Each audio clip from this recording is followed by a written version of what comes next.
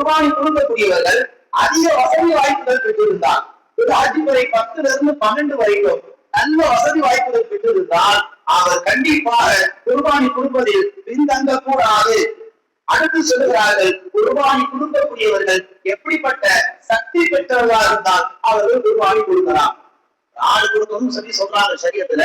அந்த ஒரு ஆட்டை கொடுக்கறதுக்கு சரியத்துல விதிகள் என்ன, அதனுடைய முறைகள் என்ன, அந்த சட்டங்கள் என்ன என்று நாம் வகுத்து பார்க்கிற பொழுது இமாம் பெருமக்கள் 8 வகையான காரணங்களை சொல்கிறார்கள்.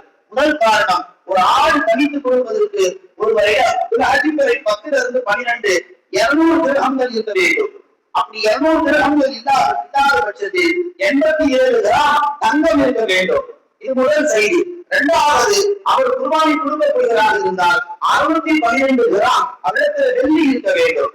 அது இல்லாவிட்டால் மூன்றாவது, தங்கத்திலும் வெள்ளியிலும் அதன் இதனுடைய அளவு மதிப்பை காட்டிலும் பணம் இருந்தால் அவர் கண்டிப்பாக குறிப்பாக தங்கமும் வெள்ளியும் வச்சுக்கிறார். அதை தாண்டி வெள்ளியுடைய மதிப்பு எட்டியது ஒரு 31,856 ரூபாய்.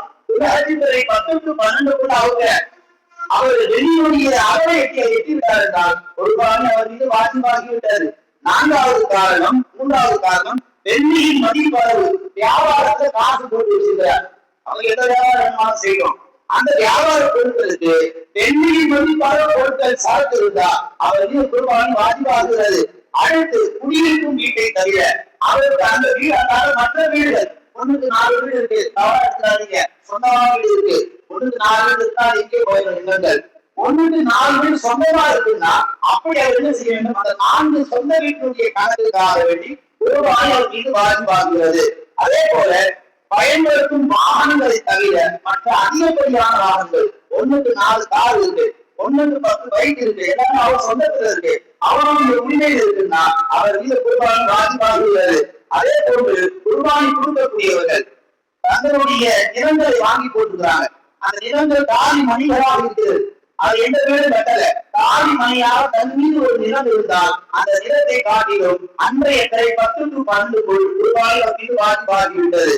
இப்படி வீடுகளில் இருக்கக்கூடிய பொருளாதாரம், அதாவது சில வீட்டுக்குள்ள நீங்க போயிட்டீங்கன்னா ஆளுக்குள்ள 2 லட்சம் ரூபாய் இருக்கும், டிவியை கவனிச்சுன்னா 50,000 இருக்கும், ஏசியை கவனிச்சுன்னா அதோட கூடுதல் இருக்கும்.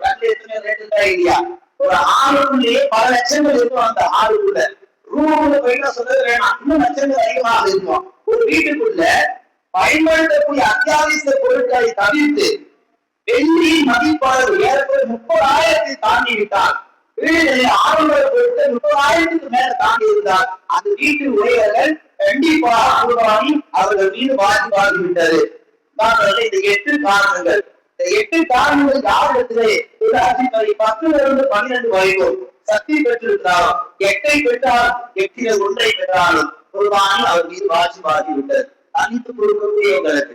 அடுத்து மேல சொன்ன அளவு ஒரு பெண்ணிடத்திலே என்ன செய்ய 3 நாட்கள், அஜிமுறை 10 to 12 நாட்கள் வரைக்கும் இந்த 3 நாட்களுக்குள்ள இந்த 8 வகையான சக்திகள் ஏதாவது ஒன்றை பெற்றிருந்தால் குர்பானி அவர் அவசியம் கொடுத்தாக வேண்டும்.